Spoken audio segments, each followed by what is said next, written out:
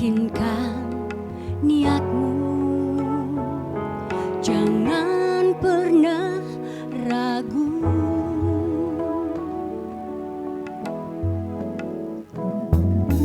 Dengan menyebut nama Allah, Ya Allah, bulatkan tekadmu menempuh nasibmu, kemanapun menuju.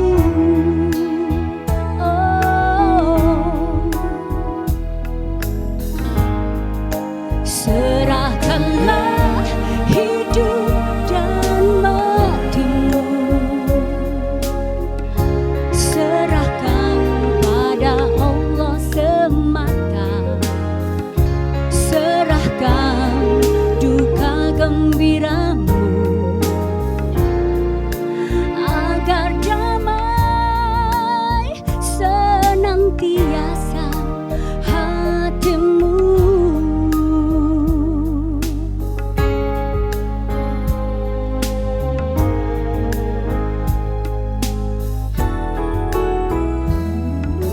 Dengan menyebut nama Allah, Ya Allah, bulatkan tekadmu menempuh nasibmu, kemanapun menuju.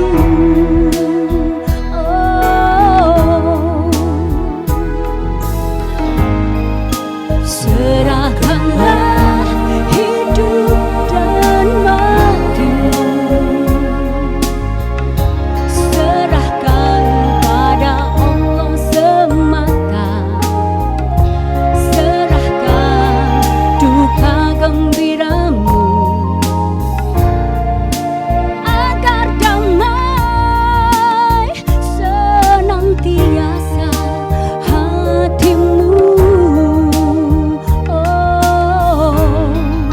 Serahkanlah hidup dan matimu, serahkan pada Allah semata, serahkan duka gembiramu, agar damai senantiasa hatimu.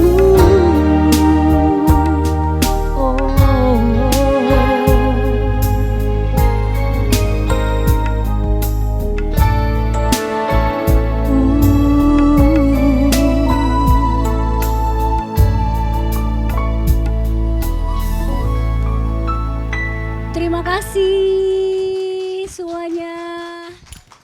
Assalamualaikum warahmatullahi wabarakatuh. Waalaikumsalam.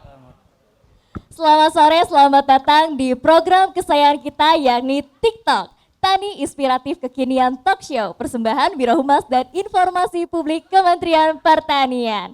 Senang sekali saya Vika Novianti bisa memandu program TikTok hari ini spesial ngabuburit. Dan tema kita kali ini semanis tema, yaitu coklatku, coklatmu, coklat Indonesia. Sobat Tani, kalau aku bilang manis, kalian jawab coklatku, coklatmu, coklat Indonesia. Setuju ya? Coba kita tes ombak dulu Sobat Tani. Manis. ku coklatmu, coklat Indonesia. Sekali lagi. Manis. Coklatku, coklatmu, Coklat Indonesia. Mantap, luar biasa, tepuk tangan dulu dong. Semangatnya dijaga ya sampai beduk subuh. Oke Sobat Tani, rasanya gak lengkap kalau kita memulai acara sore hari ini dengan mendengarkan arahan dan sambutan dari Kepala Biro Humas Informasi Publik Kementerian Pertanian. Kepada Bapak Kuntoro Boga Andri, kami persilahkan. Bismillahirrahmanirrahim. Assalamualaikum warahmatullahi wabarakatuh. Waalaikumsalam. Rekan-rekan semua yang hadir pada hari ini, para narasumber di sini sudah hadir Mas Wetness Arya Yuda, Beliau adalah co-founder Dalam Coklat. Pasti ini orang Jawa nih pakai N ini. Dalam, gitu kan. Ibu Ita Purnamasari yang saya hormati, beliau juga orang Surabaya. Saya penggemar beliau. Wong Surabaya. Waktu masih muda. Sekarang kita masih muda juga, Bu ya. Iya. Kemudian Mas Hasnan Adnazain, beliau adalah dari Asosiasi Petani Kakao Indonesia. Dan rekan-rekan para tani milenial, para pemuda tani, rekan-rekan yang bergerak di sektor pertanian. Hari ini kita menyelenggarakan acara reguler TikTok Tani Inspiratif Kekinian yang diselenggarakan oleh Biro Humas Sekjen Kementerian Pertanian. Jadi teman-teman di sini setiap sebulan 2 kali ada acara TikTok, kemudian acara TOS juga reguler dilakukan di luar begitu ya. Yang tujuannya adalah meningkatkan engagement, keterlibatan stakeholder, para petani, pelaku usaha yang bisa menginspirasi, yang bisa memberikan motivasi kepada teman-teman petani di luar sana yang menghadiri acara kita secara live, streaming, ataupun untuk dokumentasi yang bisa disampaikan sebagai bahan penyuluhan, diseminasi kepada para petani kita dan pelaku usaha pertanian di luar sana. Dan pada hari ini kita mengambil tema yang sangat saya pikir strategis ya, apalagi di bulan puasa. Kalau Valentine sudah lewat ya.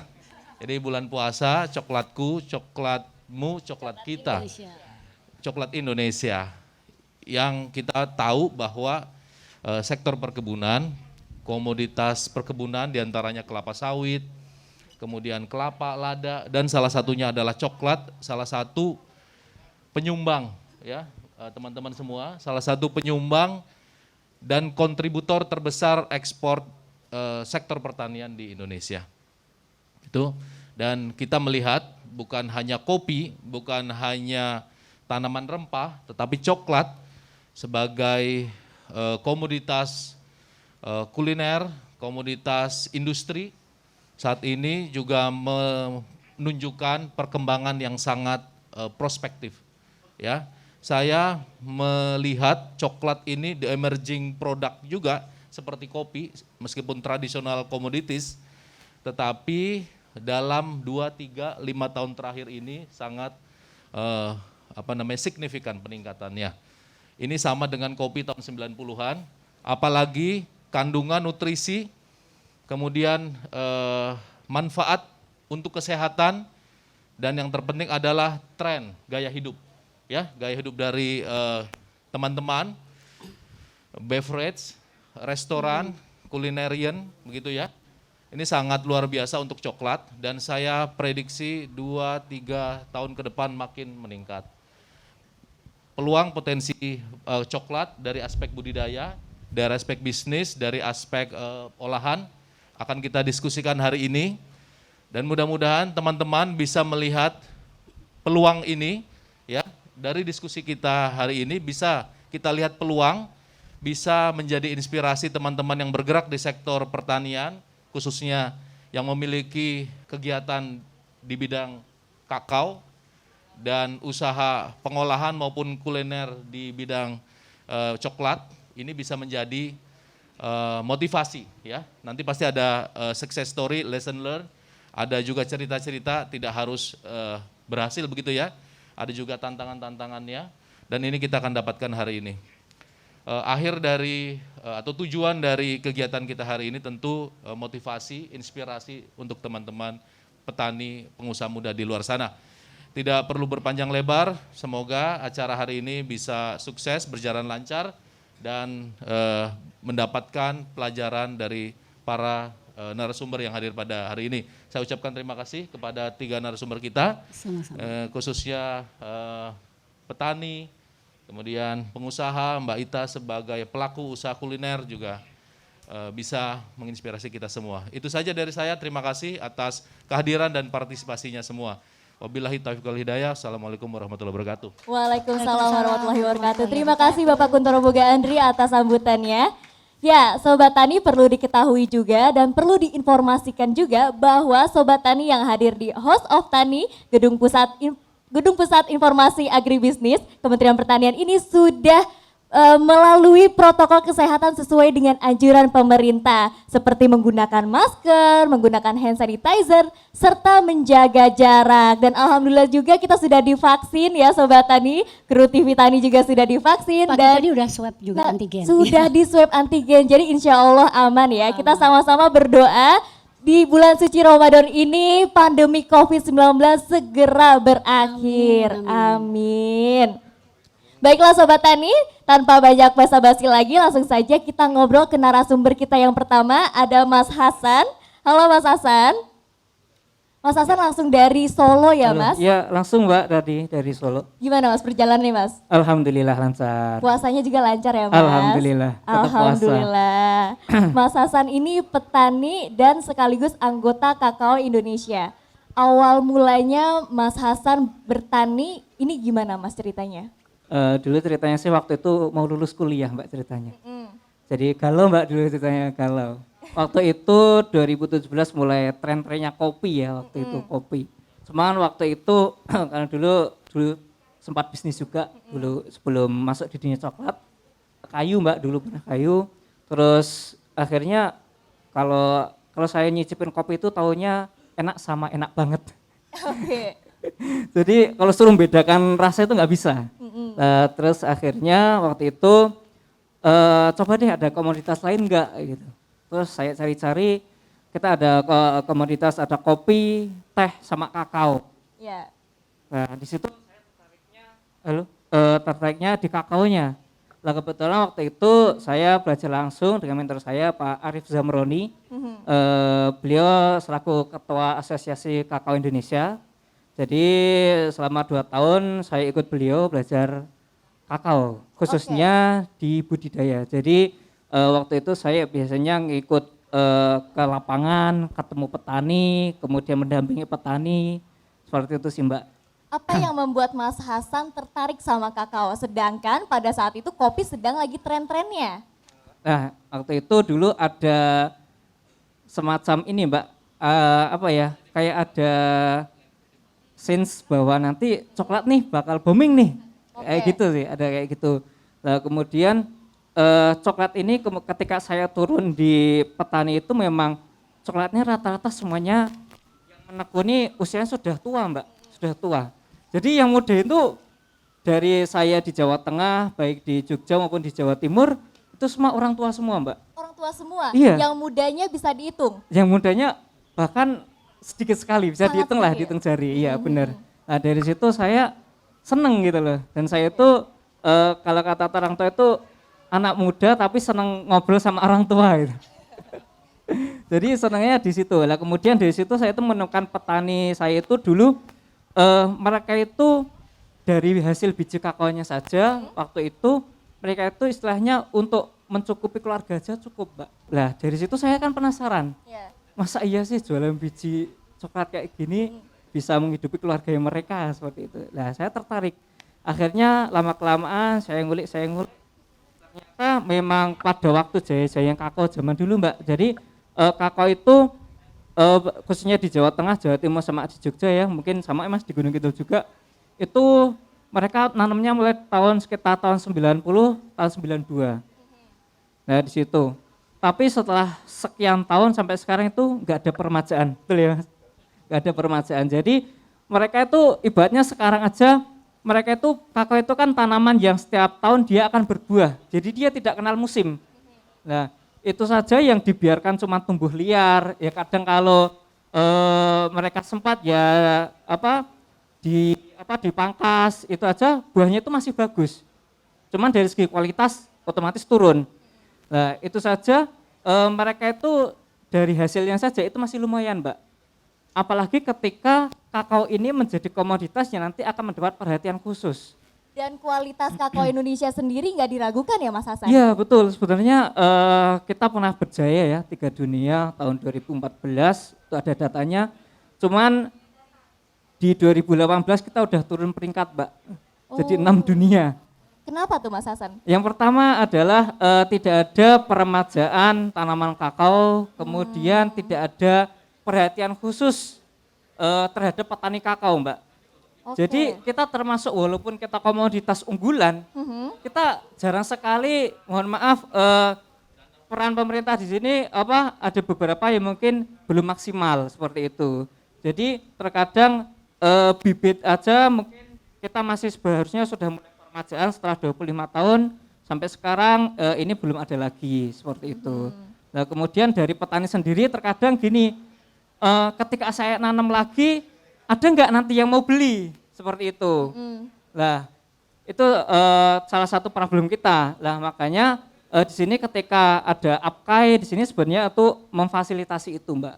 Jadi problem-problem ini yang tidak tercover oleh baik pemerintah maupun stakeholder yang lain dari APKAI berusaha memfasilitasi itu.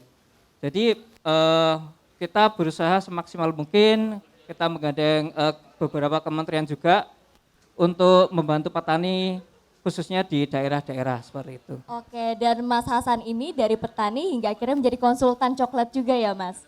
Ya, jadi karena mungkin sering saya ketemu petani ya, seringnya ketemu petani, merasakan apa yang mereka rasakan, kemudian mengetahui seluk-beluk coklat, akhirnya diminta beberapa kelompok tani, kemudian kita ada mitra dengan BUMN juga, diminta untuk mengembangkan salah satu komoditas ini, kakao, khususnya kakao.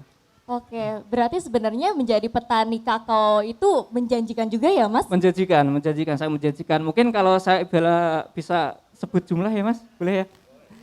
Jadi kakao itu kalau fermentasi ya Mbak, jadi kakao itu ada dua, yang satu fermentasi dan satu tidak fermentasi. Kalau yang fermentasi itu di kita harganya paling jelek itu 35.000 per kilo. 35.000 per kilo? Per kilo, iya. Paling bagus bisa sampai 40-45 ya Mas.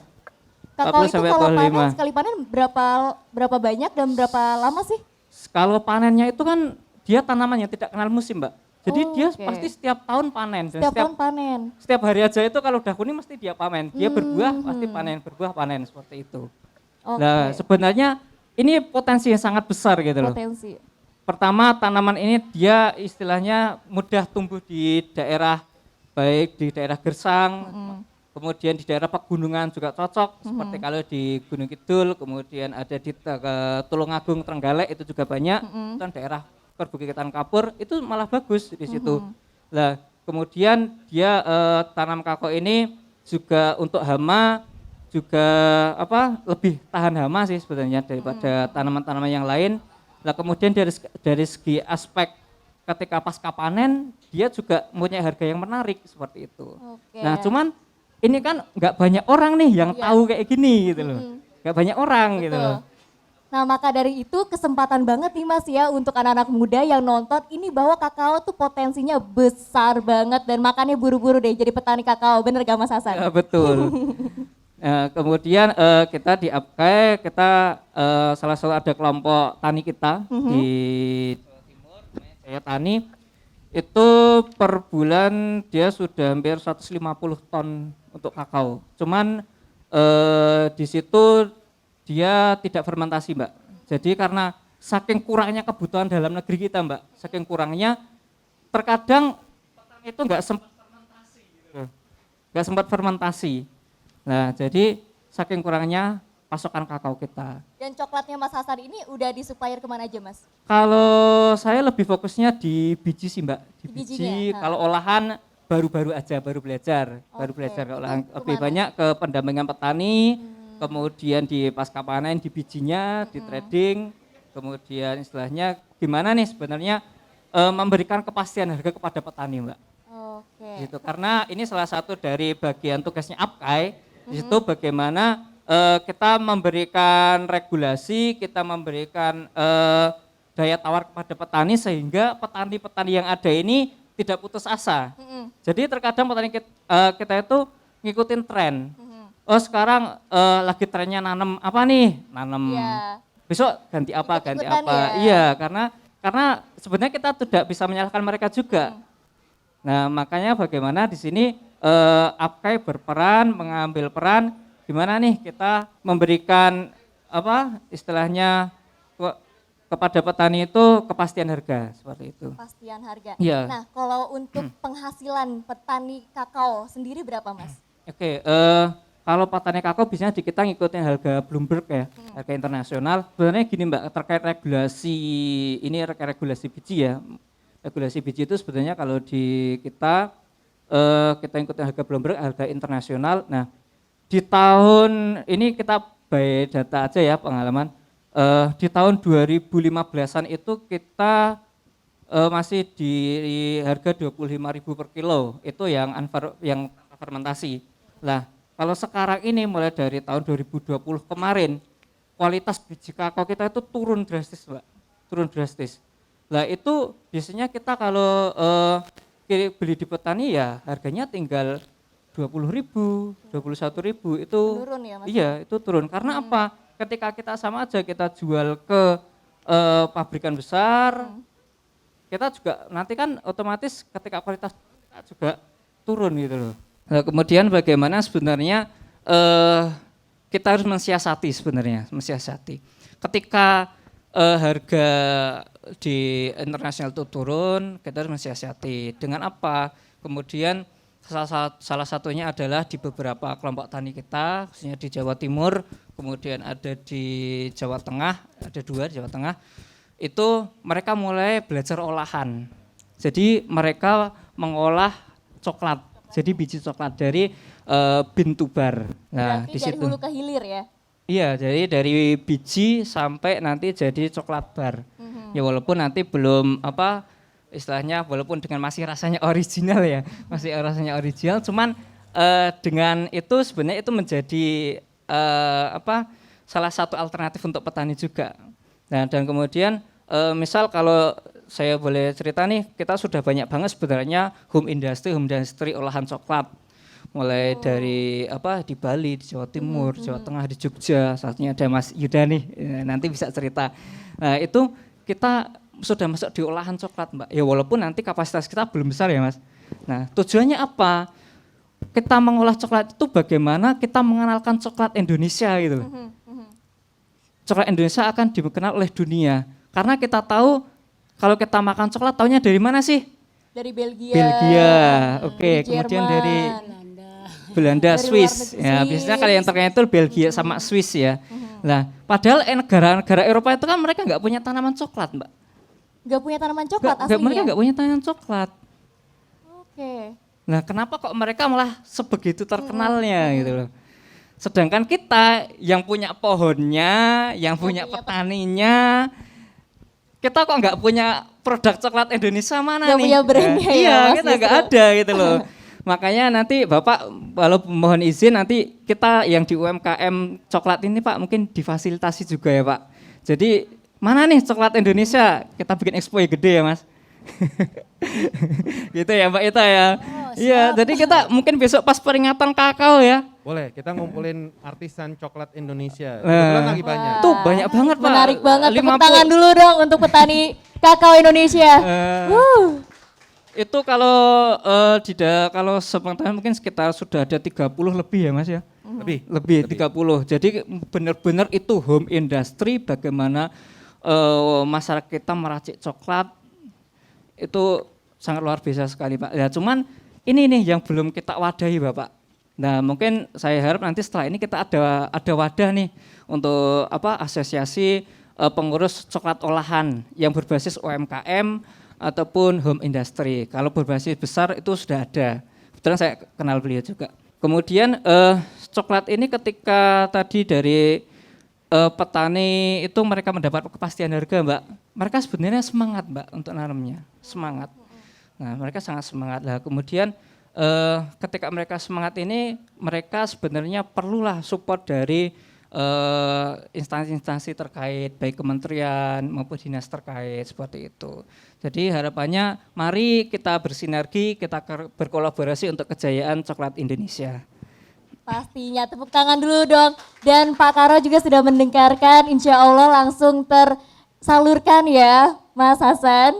Dan itu dia tadi kita sudah mendengarkan dari Mas Hasan, langsung saja kita ke narasumber kedua yang paling cantik di Only One, Queen of Chocolate, ada Mbak Ita. Halo Mbak Ita. Assalamualaikum warahmatullahi Cintaku wabarakatuh. padamu. Yang Malu-malu suaranya bagus tuh fansnya. dapat hadiah Nah loh. tuh, boleh tuh dapat hadiah. Mbak Ita apa kabar Mbak? Alhamdulillah, tadi aku tuh salut sama Mas Hasan di usia muda, dia konsen banget dengan perkakaoan Indonesia. Sangat Jadi konsen dan pengetahuan saya tadi agak nambah nih Mas Hasan. Bener banget. luar biasa ya Luar Mbak ya. biasa. Nah Mbak Salut. Ita ini penyanyi senior dan sekarang berbisnis menggeluti bisnis coklat juga. Iya. Awal mulanya Mbak Ita berpikiran untuk berbisnis coklat apa sih Iya. Mbak? Jadi awal mulanya seperti ini Mbak Vika, juga Mas Hasan, Mas Yuda, dan tentunya audiens yang di sini maupun yang lagi nonton streaming kita. Bermula dari saya itu hobi makan coklat dari semenjak kecil, dari semenjak balita itu udah seneng banget makan coklat. Favorit saya kalau ditanya makanan apa, aku dapat apa yang difavoritin ya coklat itu. Coklat apa aja, pokoknya coklat. Mau es krim coklat, mau coklat batangan, pokoknya coklat. Itu. Nah, kemudian Bapak Ibu sering pergi ke luar negeri, terus kemudian teman, saudara, itu selalu pasti aku minta oleh-olehnya coklat. Jadi oleh-oleh coklat dari berbagai negara setempat. Itu. Makin lama makin favorit. Nah sampai akhirnya, tapi saya nggak kepikiran bahwa akan berbisnis coklat di kemudian hari itu. Sampai akhirnya pada tahun 2017 saat saya mau konser menjelang 3 dekade saya berkarir di dunia musik 30 tahun lebih kan, jatuhnya di tahun 2017 itu lagi booming di Indonesia, artis lagi bisnis kue-kue kekinian gitu, Iya. bolu dan macam-macam gitu. Itu banyak banget. Nah pada saat saya mau konser, saya bersama tim saya bilang gini, kita bikin 3 dekade itu jangan cuma konser aja, tapi ada sesuatu yang bisa dibagiin untuk penggemar Ita Purnamasari. Gini-gini saya walaupun senior punya fans club namanya Ita Mania yang ada di seluruh Indonesia. Ita Mania mana suaranya? Ada 5.000 orang loh yang hadir. Ya udah ada fans club saya namanya Ita Mania. Nah, apa yang bisa diberikan untuk para fans sejati gitu loh. Kan ini sudah 3 dekade berkarir gitu. Jangan cuma konser. Akhirnya oke, salah satunya bikin autobiografi. Aku bareng kerjasama bareng PT Gramedia. Terus kemudian satu lagi, nah saat itu banyak sekali produsen kue-kue kekinian menawarkan, Mbak Ita join yuk kita bikin bolu Ita Purnamasari atau apa pokoknya lagi. Tapi saya kok kurang tertarik ya karena kan di samping kurang sreg juga persaingannya kan tinggi banget. Kok yon dilalah ya, maklum dilalah itu kalau orang Jawa kok ya kebetulan pas saya konser di Jogja tahun 2017 menjelang 3 dekade itu saya ketemu sama kenalan saya yang dikenali oleh manajer saya itu dia punya usaha rumahan coklat tuh di Jogja gitu. Kemudian dikenalin, wah asik banget. Setelah dia tahu aku juga suka coklat, akhirnya kita langsung kepikiran, Mbak Ita kenapa nggak menjelang 3 dekade Mbak Ita kita nggak join aja bisnis coklat kan lagi happening artis-artis bikin kue tapi kan Mbak Ita nggak kue tapi coklat. Terus aku pikir juga artis yang bergelut di coklat kan masih sedikit saat itu. Oh ya udah gayung bersambut. Kemudian pembicaraan itu makin serius ketika teman saya ini datang ke Jakarta. Nah dari situ kemudian kita ngobrol-ngobrol.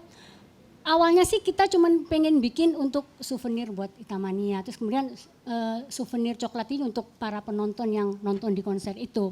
Kemudian berkembang luas, saya kemudian datang ke pabrik coklatnya si teman saya ini, lebih ke home industry ya. Itu coklatnya macam-macam dan saya ikut ngerasain wah enak banget gitu. Nah kemudian saya berpikir saya nggak mau cuman dijadiin brand image aja. Kan dia mau pakai namanya IP Ita Purnamasari Coklat. Tapi saya juga pengen karena kita berpartner saya juga pengen ikut menentukan varian terus ikut pengen tahu bahan-bahannya tuh apa aja. Makanya saya sengaja datang ke Jogja bareng tim saya. Ya udah akhirnya dari situ kemudian nggak lama sih cuman 1-2 bulan kemudian akhirnya IP Coklat itu akhirnya sampai juga di Jakarta dan soal perizinan kemudian sertifikasi halal juga sudah diurus semua. Akhirnya pada saat 3 dekade itu 2017 muncullah Ita Purnama Sari Coklat. Mbak Dita mungkin bisa. Tapi contohnya Mbak Ita ini walaupun suka coklat tetap langsing ya. Itu bonusnya nih, anugerah bonusnya. Nih, yang saat itu di 2017 saya membuat beberapa varian. Ini mungkin Tepuk tangan boleh. Ini ya. Saat Apakah jangan-jangan coklat ini yang membuat Mbak Ita awet muda? itu. Nah, bisa jadi. Bisa dijawab Mbak Mas Ya. Yuda? Saat itu Mas Asad? kami membuat 5 varian, yaitu kesukaan saya tentunya almond coklat, dark coklat, kemudian ada green tea, kemudian coklat putih, white coklat, Yap. ada satu lagi coklat kismis saya juga suka. Nah, kemudian ini juga kami juga bikin desainnya sendiri. Oke, Sebenarnya kita juga ngedesain sendiri, semua desain foto dengan sendiri. coklat. Coklat itu ada bentuk bibir dan macam-macam gitu saat itu. Ternyata dan kita sistem penjualannya melalui reseller. Jadi Oke. dari fans club saya itu banyak banget yang pengen jadi reseller. Resellernya. Alhamdulillah dari berbagai daerah itu antusiasmenya tuh cukup banyak. Ada di mana aja Mbak Ita? Ada saat itu pas. Nah, kebetulan saya sama si teman ini memang kontraknya 3 tahun karena kita Oke. tetap punya batas waktu ya. Kok ya dilalah pas 2020 pas kontrak habis pas pandemi. Nah, gitu. Sempat ya udah deh kita stop dulu. Kita stop dulu akhirnya saya berpikir saya pengen penjajakan dengan produsen coklat yang lain lagi gitu. Nah, sekarang ini Saya saya langsung juga, kasih kartu nama berarti ya. oh iya, dalam coklat boleh nih ya Mas Dalam ya. coklat Mas langsung Yuda ya. Aku pengen banget. Nah gitu alhamdulillah pada saat konser, kemudian di mana saja. Dan oh ya kita juga punya gerai. Kebetulan kedai kopi punya teman saya di Kemang juga naruh coklat-coklat saya itu di situ. Dan alhamdulillah juga antusiasme pembeli terutama fans saya tuh cukup banyak. Nah, kalau teman-teman Sobat Tani mau beli Mbak Ita, ini ada di mana Mbak? Oh ini sekarang belum karena ini sekarang saya baru akan proses ini baru Oke. penjajakan lagi dengan beberapa produsen coklat yang lain. Tapi Kita saya belum doakan ya Mbak, menentukan. semoga Iya. cepat biar bisa dibeli Iya, diborong sama Sobat Tani. Iya begitulah sekilas cerita tentang bisnis coklat saya. Oke, Mbak Ita tapi ini coklatnya juga dari petani langsung kan ya? Kalau teman saya yang di Jogja itu iya. Dan kualitasnya gimana Mbak? Kalau menurut teman-teman, menurut yang beli sih alhamdulillah ya enak, Enak ya. ya? Gini, kebetulan ponakan saya itu kan masih balita. Itu lidahnya nggak bisa bohong. Yap. Begitu saya kasih coklat, salah satunya dia kan suka yang almond. Enak banget. Tante enak banget ini. Nah, itu ternyata nggak cuma anak kecil, orang tua pun juga bilang ini coklat. Tapi memang kalau yang nggak suka green tea memang bilangnya nggak enak nih yang green tea karena memang dia nggak suka sama green tea gitu loh. Berarti bisa ya bersaing dengan merek-merek coklat yang lain Mbak Ita? Bismillah, mudah-mudahan Bismillah ya. doain aja semoga di 2021 ini habis lebaran saya bisa mulai produksi kembali bersama partner dari produsen coklat tentunya. Berarti dari Mungkin dari Mas kesukaan- Yuda nanti ya Mas kita bisa kolaborasi ya Mas ya. Habisin langsung, habisin Oh langsung. iya Mas. Ini Saya dia udah bawa nih, suratnya kok. sebuah talk show yang mempertemukan, saling terintegrasi, akhirnya bisa berbisnis bareng ya Mas Yuda ya. Amin. Dan aku rasa juga yang bisnis coklat di kalangan artis ini cuman sedikit sih. Sedikit ya? Nggak seperti kue bolu. Ini juga jadi persaingannya tuh sedikit. Dan gimana Mbak yang ngerasain, apakah bisnis coklat ini menjanjikan Mbak? Menurut saya kemarin alhamdulillah di samping balik modal untungnya juga lumayan. Untungnya Karena lumayan. saya naruh modal juga kita nggak gede semua loh. Kita bertiga orang itu modalnya cuma sedikit-sedikit aja. Alhamdulillah udah balik modal plus keuntungan yang lumayan. Jika kita bandingkan dengan penghasilan jadi penyanyi sama berbisnis coklat Mbak Ita, fantastis kan ya Mbak Ita? Jangan dibandingkan tuh Mbak Vika. Yang pasti ini usaha sampingan saya di samping nyanyi itu cukup menjanjikan. Sangat menjanjikan Ya, ya. menjanjikan. Oke deh, tepuk tangan sekali lagi buat Mbak Ita. Terima kasih. Dan kita beralih lagi ke narasumber yang paling kece nih, ada Mas Asik. Yuda. Halo Mas Yuda. Halo Mbak Vika, selamat sore. Mas Yuda awal mulanya berbisnis dan akhirnya menemukan dalam coklat ini gimana Mas? Kalau dalam coklat sendiri sebetulnya ceritanya awalnya itu adalah perjalanan cinta dua anak manusia. Wes. Mantap deh. Karena coklat itu identik dengan romantisme Iya, gitu. betul. Tapi emang sebetulnya awalnya tuh kayak gini. Jadi saya dan istri menikah, lalu kemudian keluarga kecil kami ini perlu pendapatan lah kira-kira demikian. Terus yang kita lakukan tuh kalau sekarang kita sebutnya sebagai riset pasar, tapi waktu itu kita lakukannya iseng. Kita iseng, kita menghitung dulu Jogja itu karena kami base-nya di Jogja. Kita menghitung Jogja itu yang kira-kira bisnis yang akan oke itu apa ya? Oleh-oleh. Oke, kemudian kita ketemu kata oleh-oleh. Kenapa? Karena kota itu, Jogja itu kota pariwisata.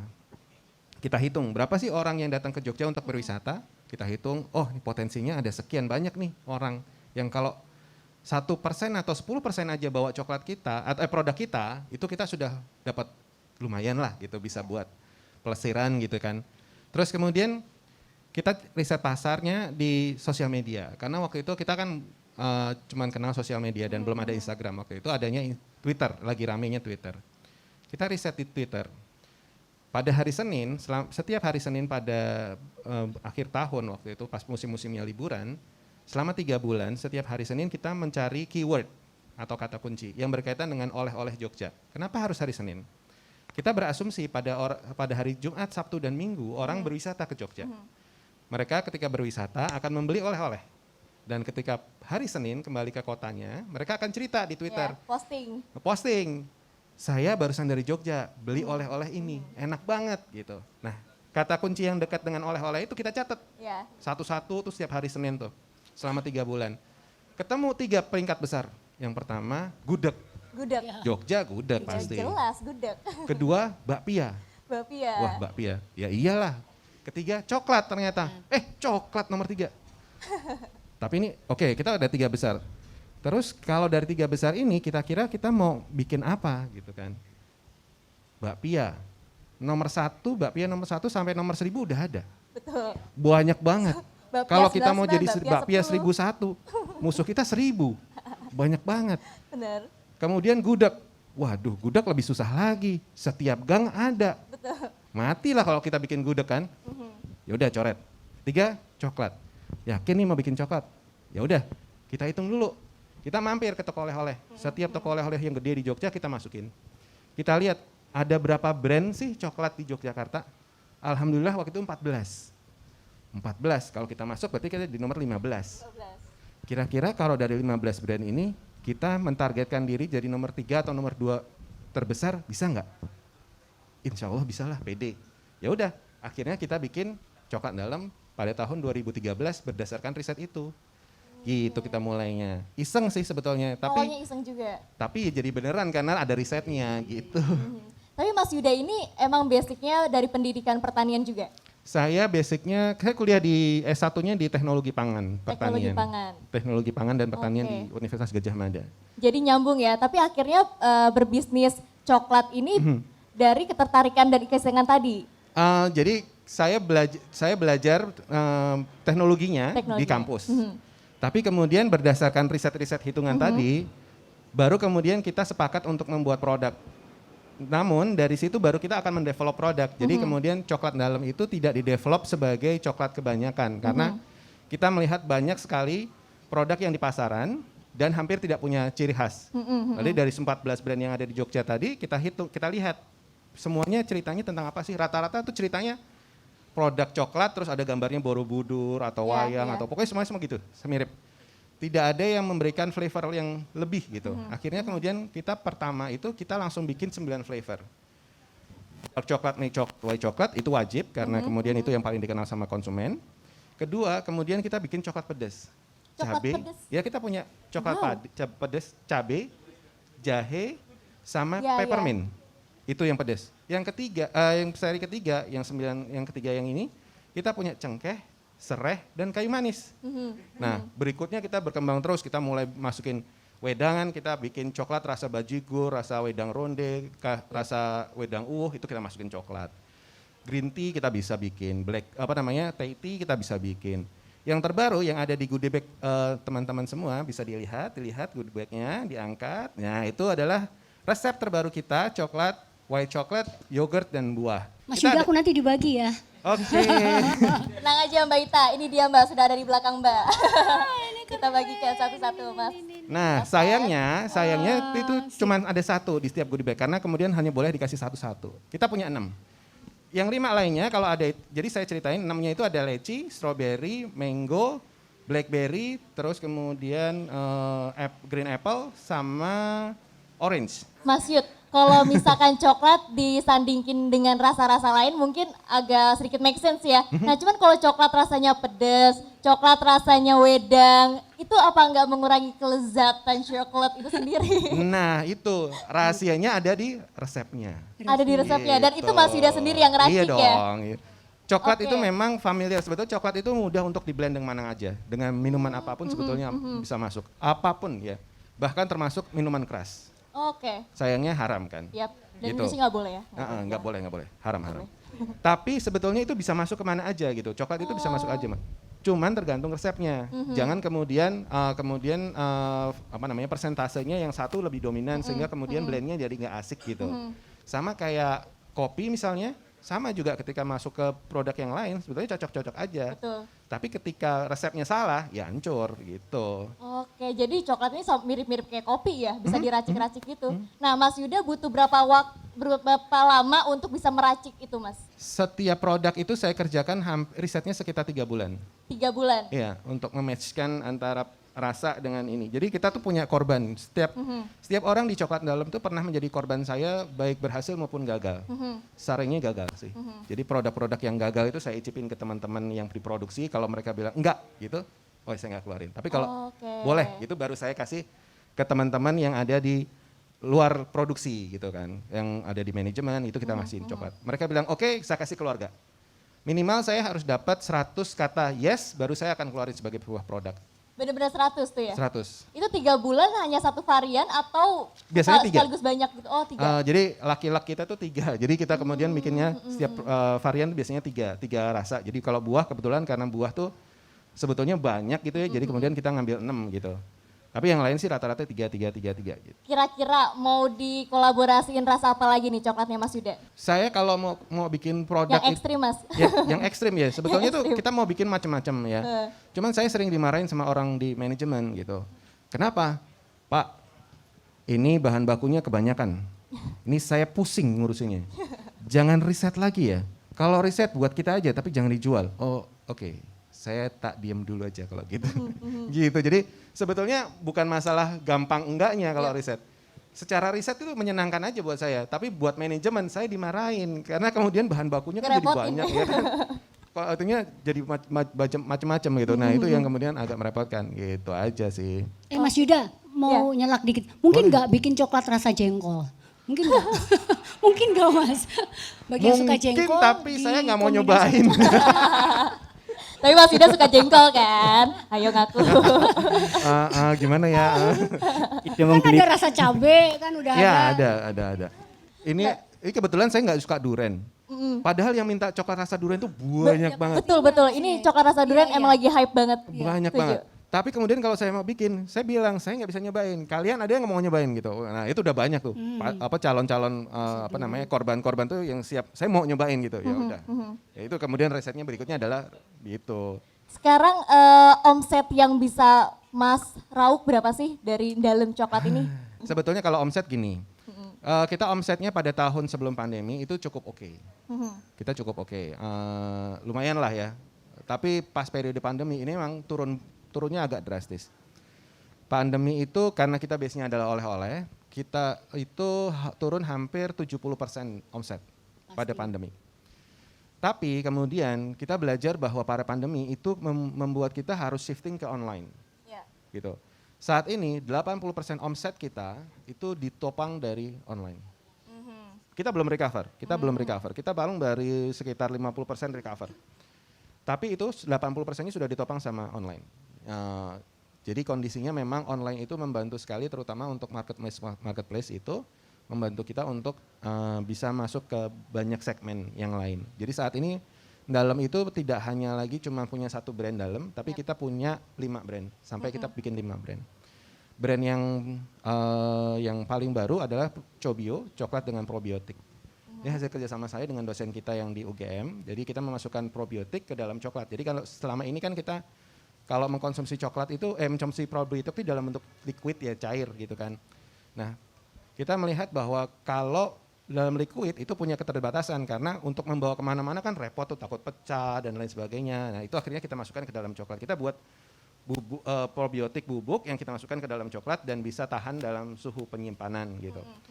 Tujuannya adalah memperbaiki mikrobia usus sehingga kemudian bisa membantu imunitas, membantu terutama sih ide besarnya adalah membantu stunting. Stunting. Jadi riset ini dilakukan di Lombok. Yap. Karena di Lombok itu banyak sekali anak-anak kecil yang stunting ya, kerdil. Stunting itu hubungannya bukan cuma pendek A dan kuntet saja, tapi kemudian kognitifnya jadi tidak berkembang, otaknya jadi tidak berkembang. Kemudian ketika mereka nanti dewasa jadi susah menjadi orang yang lebih baik dibandingkan generasi sebelumnya, kira-kira gitu. Jadi kita berusaha memperbaiki mulai dari usus sehingga kemudian tidak menjadi stunting dan kedepannya menjadi manusia Indonesia yang lebih baik, kira-kira idenya begitu. Nah, mungkin riset ini kita lakukan di Lombok dan alhamdulillah hasilnya cukup menggembirakan. Jadi yang tadinya stunting, makan coklat kita selama sekitar 1 bulan itu ada kenaikan berat badan, massa tubuh, kondisi perut yang jauh lebih baik, kira-kira demikian. Berarti kandungan yang ada di coklat sendiri itu apa aja sih, Mas? Kalau coklatnya sendiri yang paling bagus, yang paling didewa-dewakan itu namanya theobromine. Theobromine itu yang bisa membuat kita rileks, moodnya jadi bagus, kemudian mengangkat mood itu yang paling banyak itu di situ. Bahkan sampai ada yang bilang theobromine itu sebagai afrosidiak gitu ya. Yang kemudian konon Raja Montezuma dari Meksiko sana, Montezuma itu Raja Aztec gitu, itu sampai minum 200 cangkir 200 cangkir. setiap hari karena dia punya sekian banyak selir. Tapi kayaknya nggak mungkin, kalau 200 cangkir minum coklat setiap hari, kayaknya nggak bakalan sempat deh, karena pasti dia lebih banyak ke kamar mandinya. Beser pasti kan, gitu nggak mungkin. Tapi itu mitosnya. Jadi theobromine itu dianggap sebagai salah satu komponen paling bermanfaat dalam coklat. Tapi ada juga yang namanya kromium. Coklat itu punya kromium walaupun dalam jumlah kecil. Kromium itu membantu kita untuk cepat kenyang. Gitu. Nah, Jadi itu kenapa orang-orang pada dietnya pakai coklat? nah, orang yang makan coklat yang kandungan coklatnya tinggi ya, bukan yang gulanya banyak ya. Coklatnya tinggi itu mampu menekan nafsu makan. Jadi makan sedikit udah kenyang gitu. Jadi kemudian itu yang membantu teman-teman yang diet, kalau mau diet lebih nyaman itu menggunakan coklat. Kalau boleh cerita, kita punya brand namanya Bon Beans. Ini yang kita buat dari petani langsung dari Gunung Kidul. Bon Beans ini itu adalah salah satu produk kita yang sekarang lagi dicari karena satu, pemberdayaan masyarakat dan petani, kedua kadar gulanya sangat rendah, bahkan kita mengganti gula pasir dengan gula kelapa yang glycemic index-nya lebih rendah. Plus teman-teman vegan, terus kemudian ketofastosis itu mencari betul produk-produk yang rendah gula seperti ini. Nah itu yang kemudian permintaannya besar. Yang saya sampai heran, best seller kita itu coklat yang 100% tanpa gula. Tanpa gula. Tanpa gula. Sama kayak espresso, Bapak bilang pahit, buat kita bilang enak. Gitu. Enak Mak, bener, enak. Enak. Nah itu yang kita juga bingung, saya aja nggak demen gitu, maksudnya makan satu batang full sekaligus itu juga kayak kok berat banget ya, tapi ternyata itu penjualannya malah paling kenceng gitu. Ternyata teman-teman yang vegan, diet ketofastosis itu membutuhkan itu gitu. Oh oke deh kita buat lagi ya terus gitu. Sampai Dan sekarang. coklat kita katanya mendunia ya, Mas? Bener nggak sih? Dan apa namanya, diekspor. banyak coklat di luar sana yang di brand luar negeri. Bener gak? Sebetulnya iya. Jadi coklat kita itu sebetulnya punya potensi mendunia sangat besar. Bahkan saat ini itu coklat Indonesia itu sebetulnya menjadi salah satu coklat yang memberikan flavor, memberikan tekstur di hampir semua coklat di dunia. Karena coklat Indonesia itu terutama pada kakao butternya, dia punya komposisi tertentu sehingga dia titik lemak titik lelehnya sedikit lebih tinggi dibandingkan sumber coklat lainnya dari Afrika terutama. Sehingga lebih tahan pada suhu kamar, penyimpanannya lebih mudah gitu. Tapi ketika dimakan dia akan meleleh dengan lebih enak di mulut. Gitu. Itu coklat yang enak ya, coklat yang bagus ya? Yes. Oke, Oh ya Mas oke. Yuda mau nanya juga ya Mbak Vika, boleh. produknya dalam coklat itu expirednya sampai berapa lama? Bertahan berapa lama biasanya Mas? Kita biasanya menstempelnya, kita menstatenya best before. Jadi best before itu bisa dinikmati sebelum gitu ya. Ini ya. Kita pada 1 tahun angkanya. Iya sama, kemarin aku juga. Sebetulnya kita setahun, bisa ya. extend sampai 2 tahun. Tapi kita tidak lakukan demikian karena berdasarkan riset yang kita lakukan, Itu karena kita kan pernah titip jual nih, sering titip jual ke toko oleh-oleh, kemana, yang kemudian kita tidak pernah tahu kondisi di sana tuh gimana. Apakah menggunakan AC terus, atau terkena panas terus, atau suhu kamar naik turun ya, gitu ya. beda. Pada 12 bulan, setelah 12 bulan, itu penampakannya sedikit kusam, sedikit aja. Jadi nggak shiny, nggak kayak mirror gitu.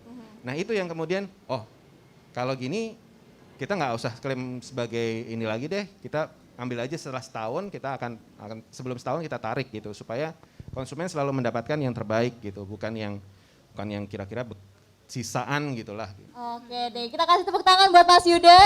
Menarik banget, semakin menarik program TikTok kita. Dan sekarang kita sesi challenge. Wow, apakah challenge-nya? Kita buka ya, kita hitung 3, 2, 1. Kalau untuk Mbak Ita apa Mbak? Menyanyikan lagu Cintaku Padamu dengan menggunakan kata coklat. Ya Mbak Ita mah aduh gampang banget. Kalau Mas Hasan apa nih Mas Hasan? Bikin kata romantis atau motivasi tentang coklat. Wih, ini jangan galau-galau ya Mas ya. Hostnya udah galau Mas, jangan Mas. Mas Yuda apa Mas Yuda? Berikan testimoni produk dalam coklat yang menarik konsumen. Wih, ini ala-ala selebgram ya. Pokoknya harus ekspresif, harus sampai Sobat Tani tergiur. Aduh, coklat dalam rasanya gimana nih? Oke, kita boleh mulai dari Mbak Ita dulu. Siap ya Mbak Ita? Siap. Udah Ya. siap nih semuanya? Oke. Cintaku pada coklat takkan berubah walau di telan waktu, biarlah kan ku simpan dalam hati. Cinta yang tulus ini hanya untuk coklat Indonesia. Wah, Keren. bukan kaleng-kaleng yang namanya penyanyi ya, mau liriknya diutak-atik segimanapun juga tetap aja masuk Pak Eko. Sebaiko. Ntar hadiahnya ya Mbak Vika ya. Aduh, hadiahnya Pak Karo. Saling lempar gitu. Ayo Mas Hasan, udah siap Mas Hasan? Karena coklat itu terkait romantis ya. Oke, Tulisannya tentang cinta nih. siap. Cinta itu ibarat coklat. Waduh. Dia akan tetap manis walaupun cair ataupun beku. Wih. Deep. Mas Yuda? Halo guys, ini adalah coklat dalam, coklat yang paling enak se-Indonesia dan tidak bikin gemuk. Mau tahu buktinya kayak gimana supaya coklat kamu bisa bikin cantik dan tetap sangsing? Ada di sebelah. Masuk juga. Tapi Mas Yuda ini kan disuruh testimoni bukan nge-rapper. Ya nggak apa-apa mas, Cepet kalian banget jualan. ngomongnya.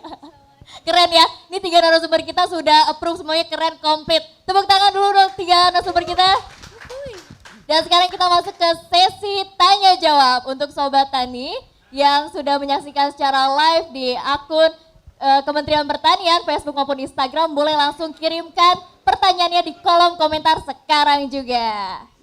Dan bagi yang bertanya akan mendapatkan hadiah merchandise eksklusif dari Kementerian Pertanian.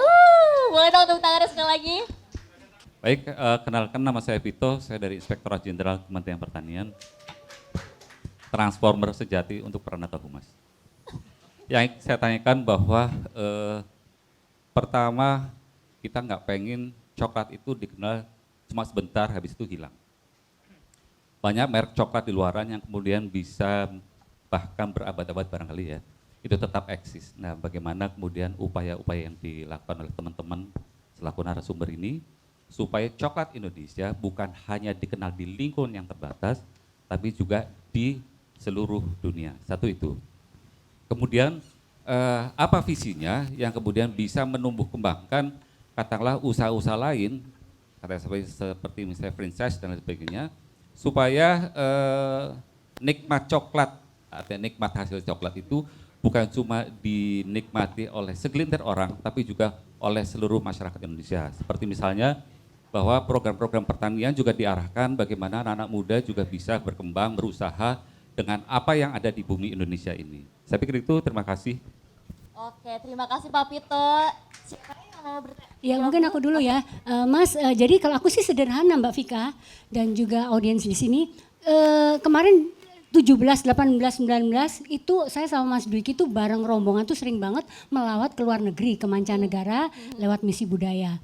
Nah disitulah saya membawa coklat-coklat IP coklat ini untuk kita kasih souvenir melalui kedutaan besar Indonesia di sana dan juga untuk penonton di sana. Jadi semuanya akhirnya tahu, oh ada coklat dari Indonesia itu enak banget. Salah satunya itu. Wih keren, tepuk tangan dulu dong. Nah kalau dari Mas Hasan sendiri gimana Mas? Baik, tadi ya terkait bagaimana coklat. Saya rasa ini kita perlu salah satunya mungkin asosiasi ya Mbak, asosiasi olahan coklat. Jadi untuk yang berbasis UMKM, jadi kita tahu nih UMKM kita yang memproduksi coklat itu di mana aja, siapa aja.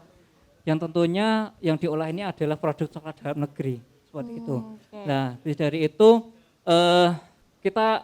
kita bareng-bareng, kita kolaborasi, kita sinergi, kita bikin event yang dimana event itu memang benar ini adalah coklat kita, bahwa Indonesia itu punya coklat, entah nanti dalam wujudnya pameran ataupun nanti talk show atau apapun, yang jelas bagaimana mari kita bersinergi, kita berkolaborasi agar coklat Indonesia dikenal di mata dunia, seperti itu. Semangat coklat Indonesia mendunia, amin. Amin. Mas Yuda? Oke, sebetulnya kalau kemudian kita mau membicarakan tentang bagaimana cara membuat coklat mendunia, coklat Indonesia mendunia, itu sebetulnya kembali pada satu kata, yaitu konsistensi produk bagus. Hanya itu aja. Yang kemudian berkisar di sekitar itu adalah teknik marketing, termasuk untuk bintu bar dan lain sebagainya, coklat artisan gitu. Tapi konsistensi produk yang bagus itu menjadi kata kunci. Contoh begini. Coklat dari Belgia bisa disebut coklat Belgium coklat itu cuma karena satu hal. Coklatnya harus dibuat di Belgia dengan standar Belgia. That's it. Gitu. Kita sudah punya coklat SNI. Tapi apakah kemudian SNI itu menggambarkan bahwa coklat yang dibuat dengan standar SNI pasti enak? Belum tentu. Bagaimana caranya menyatukan SNI dengan level of excellence of coklat? Bagaimana memastikan bahwa coklat yang diproduksi dengan SNI pasti enak? Itu yang menjadi PR. Gimana cara menjembatannya? Saya akan nodong Pak Kuro. Gimana kalau kita bikin besok bulan September nih Pak, pameran brand artisan coklat seluruh Indonesia. Mulai dari Aceh sampai Papua, kumpulin dijadi satu gitu kan, karena kita sebetulnya punya potensi yang luar biasa. Sama seperti kopi, sekitar 5 tahun yang lalu mereka melakukan gerilya dengan hal yang sama, menunjukkan excellence of coffee-nya dari setiap daerah, sampai sekarang mereka punya indikasi geografis. Coklat belum ada. Gitu kan. Nah, kita munculkan nih jagoan-jagoan dari setiap daerah, kira-kira gimana kemudian potensi coklat. Kedua adalah konten. Konten ini berkaitan dengan cerita. Konten ini hanya bisa dibangun oleh artisan. Karena artisan itu jumlahnya sedikit, mereka punya kedekatan dengan petani, mereka punya kedekatan dengan produk. Konten ini akan seru untuk diceritakan. Karena sekarang kan eranya sosial media, eranya kontennya. Konten ini wajib untuk dibangun oleh para pembuat coklat. Pasti kita akan kewalahan suatu hari pada sisi jumlah. Jika permintaannya besar, bisa jadi kita akan kewalahan.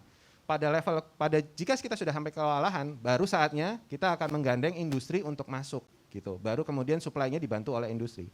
Tapi sampai ke sana, masyarakat dunia atau orang Indonesia itu membutuhkan konten yang lebih bercerita tentang coklat Indonesia. Yang itu sekarang baru dibangun oleh kita gitu. Oke, luar biasa. Gimana Pak Pito? Terjawab? Pak Pito? Boleh kali ya goodie bag-nya dikasih buat Pak Pito sebagai hadiah kenang-kenangan untuk buka puasa ya Pak Pito. Baik, kita buka sesi selanjutnya. Untuk penanya yang ada di House of Tani silakan. Yang masih kepo atau masih penasaran, boleh Ibu berdiri, sebutkan nama dan pertanyaannya. Yang saya tanyakan sama Pak Hasan, selaku pengusaha muda yang banyak berkecimpung di dunia usaha coklat, apakah Bapak pernah mengalami kegagalan panen dan terus penyebabnya apa dan Bapak mencari solusinya pada saat itu apa ya? Terima kasih Pak. Terima kasih, tepuk tangannya untuk Ibu. Dan boleh langsung dijawab Mas Hasan? Terima kasih Ibu. Untuk gagal panen biasanya ini Bu, dari segi perawatan tanaman. Yang pertama waktu itu ketika petani saya itu yang ada yang telat nyemprot, jadi mereka tidak disemprot ketika harus pada tanggalnya. Kemudian waktu itu ada semacam yang biasanya di buah kakao itu warnanya putih-putih itu Bu. Jadi dia menyerap sari-sari dari tanaman kakao di situ. Nah itu gagal panennya tidak gagal panen total sih Bu sebenarnya. Penurunan produktivitas saja. Ketika karena apa? Ketika sudah ditangani mulai dari pemangkasan yang secara kontinu, kemudian penyemprotan yang tepat pada waktu tepat, sebenarnya proses gagal panen di kakao itu bisa diminimalisir. Ketika dikatakan gagal panen total, selama ini saya temui belum pernah ada. Kebanyakan rata-rata di penurunan produktivitas. Salah satu aspeknya yang pertama adalah tanaman yang sudah tua, kemudian pemangkasan yang tidak terjadwal ataupun tidak terarah. Kemudian yang ketiga adalah serangan waktu itu hama penyakit. Nah, biasanya kalau di petani kita Bu, petani kakao kita biasanya kalau untuk penyakit kita tangani secara alami yaitu biasanya kita melihara semut ngangkrang. Jadi selain si semut ngangkrang itu makan penyakit-penyakitnya itu yang putih-putih di buah kakao itu, kutunya itu ya, dia nanti kan telur semut ngangkrang ini nanti dia ketika bertelur biasanya dipanen dia bisa dijual lagi seperti itu. Nah ada juga yang di petani kita tumpang sari sama tanaman jahe seperti itu. Jadi kalau gagal panen selama ini ketika pemangkasan minimal pemangkasan itu saja itu sudah dapat mengurangi risiko gagal panen. Karena apa? Buah kakao ini sebenarnya tanaman dia bagaimana dia banyak mendapat sinar matahari. Sebenarnya itu aja sih yang paling gampang. Jadi kakao ini paling sedikit resiko gagal panennya ya Mas Hasan ya? Iya, sebenarnya kalau kita minimal aja Mbak sejelek-jeleknya ya, istilahnya cuma dipangkasi aja. Kemudian dikasih pupuk organik, kalau di masyarakat biasanya dikasih kotoran kambing atau kotoran sapi, itu buahnya aja udah bagus Mbak. Oke, berarti bisa dikatakan membudidaya kakao ini mudah ya? Iya mudah, dan Mudah. dia tidak tidak harus di tempat istilahnya ketinggian tertentu, enggak. Malah terkadang ya di daerah Bukit Kapur gitu malah dia tanamannya bagus. Kakao itu gampang budidayanya, yang susah pasca panennya. Nah, pasca panennya. Pasca panennya yang Iya, susah. pasca panen karena pasca panen itu nanti ada proses mulai dari fermentasi atau unfermented, kemudian nanti ada pengolahan dan sebagainya itu yang susah itu di situ. Gitu ya Mas Yuda. Tambahin Mas Yuda mungkin. Betul. Jadi kalau kakao itu secara budidaya sebetulnya di Indonesia sangat cocok gitu kan, secara iklim, tanah, dan Indonesia itu punya tanah yang khas sekali karena kita tanahnya itu tanah vulkanis. Yep. Hampir seluruh Indonesia itu tanah vulkanis karena ring of fire.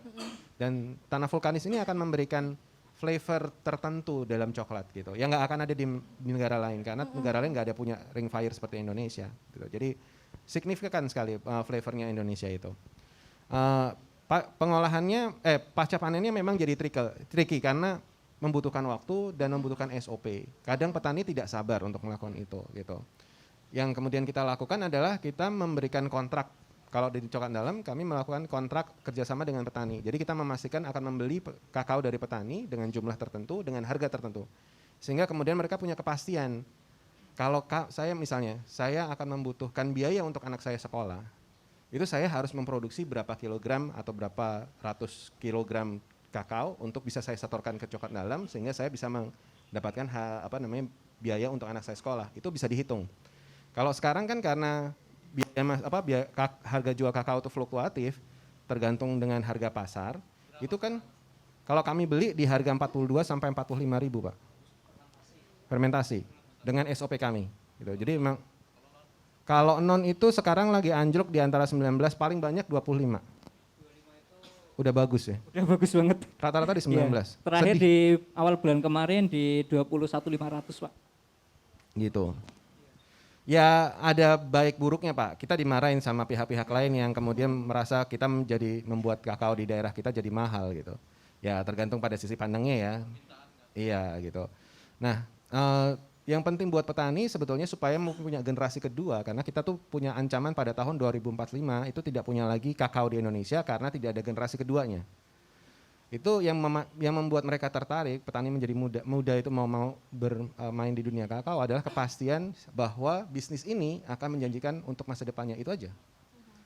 Hanya dengan memastikan itu secara finansial kita bisa minimal menarik para petani muda untuk mau berkecimpung di dunia coklat.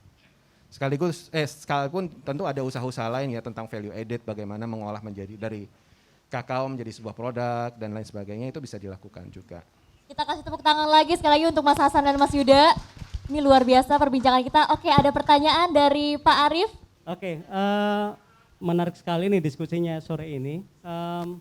Saya ada beberapa hal yang saya ingin konfirmasi begitu ya. Yang pertama ke Mas Hasan mungkin. Mas Hasan, kira-kira coklat itu paling bagus, coklat yang paling bagus kita konsumsi itu yang expirednya itu berapa lama sih gitu kan? Kan ada yang lama bisa setahun, ada mungkin yang dalam bulanan atau mingguan, atau mungkin ada katanya yang hitungannya dalam hari gitu ya. Nah, kira-kira mana yang paling bagus? Kemudian yang selanjutnya ke Mas Yuda ya, Mas Yuda. Mas Yuda, kira-kira menurut Mas Yuda cara menikmati coklat paling enak itu gimana sih gitu? Ini makruh nggak ya ngomongin gimana cara makannya? Ya, ini udah dekat-dekat buka puasa soalnya. Oh betul. Ini ujian saudara-saudara, ini ujian. Kemudian buat Mohon bersabar.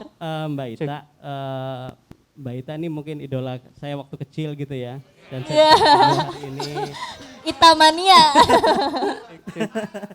ya, Mbak Ita lagi aktif bikin album lagi atau enggak? Gitu. Oh, iya. Kemudian kalau buku biografinya bisa dibagi nggak buat kita? Oh.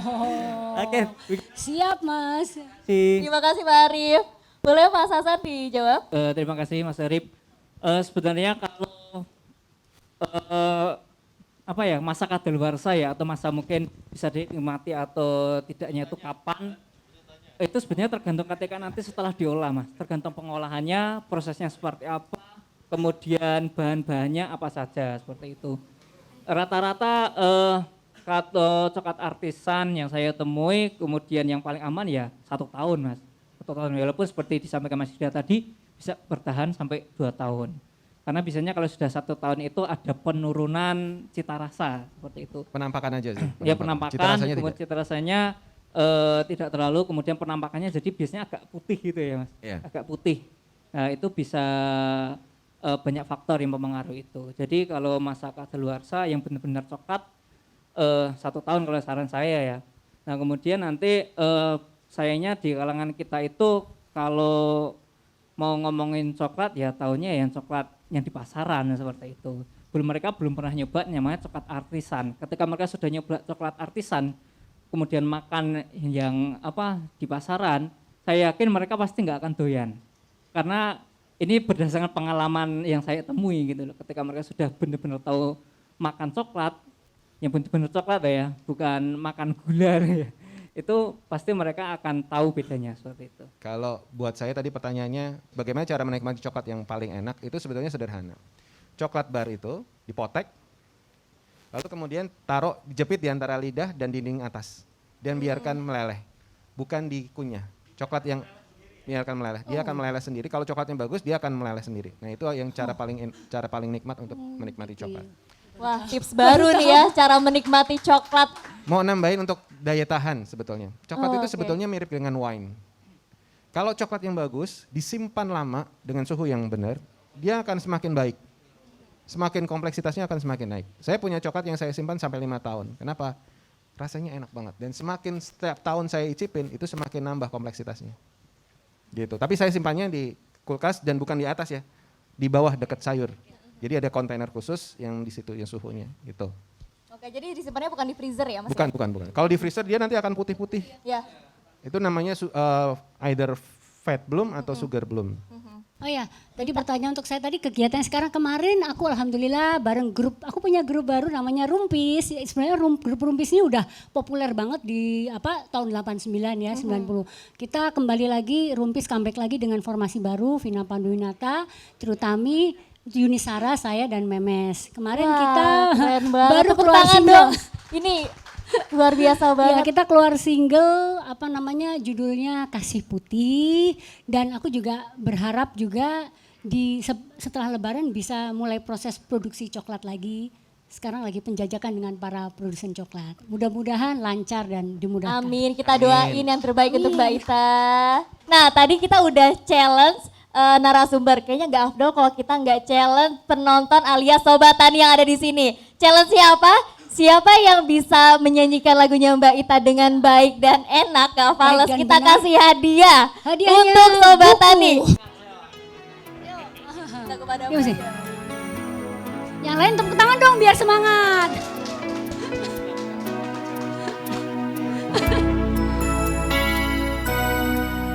Tataplah mataku ini dan akan kau dapati seberkas keraguan tentangmu.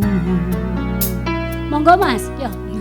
Memang harus ku akui karisma di dirimu banyak yang mendambakan cintamu. Boleh tangannya di atas Sobat Tani. Dan aku cemburu kekasihku terlalu. Ku cemburu dapatkah ku simpan rasa itu. Yo semuanya. Tadi suaranya. Cintaku padamu takkan berubah walau ditelan waktu. Biarlah kan ku simpan dalam hati cinta yang tulus ini.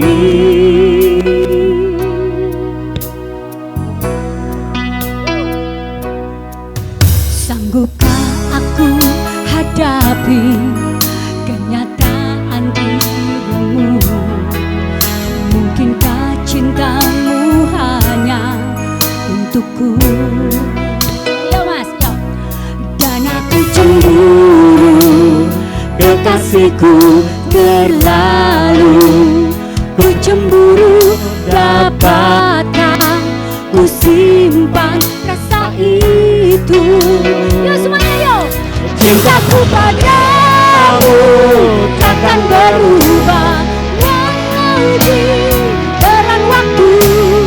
Biarlah kan ku simpan dalam hati cinta yang tulus ini. Oh, cintaku padamu takkan berubah walau ditelan waktu. Biarlah kan ku simpan dalam hati dan suatu saat nanti pastikan kau sadari.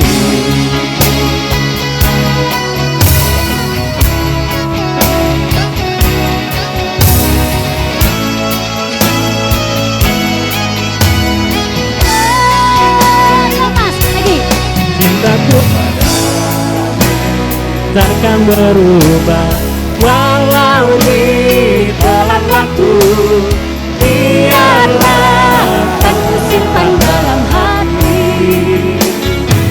cinta yang tulus ini. Oh, cintaku padamu takkan berubah walau ditelan waktu. Biarlah kan ku simpan dalam hati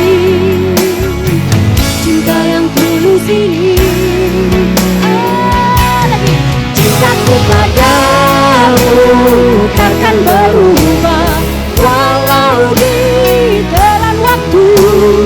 Biarlah kan ku simpan dalam hati cinta yang tulus ini. Sekali lagi yo. Cintaku padamu takkan berubah walau ditelan waktu. Biarlah kan ku simpan dalam hati dan suatu saat nanti cintaku pada coklat Indonesia. Keren banget. Terima kasih. Terima Keren kasih. banget. Kita kasih tepuk tangan dong untuk kita semua, hari ini spesial banget emang. TikTok edisi ngabuburit menarik banget, seru banget ya.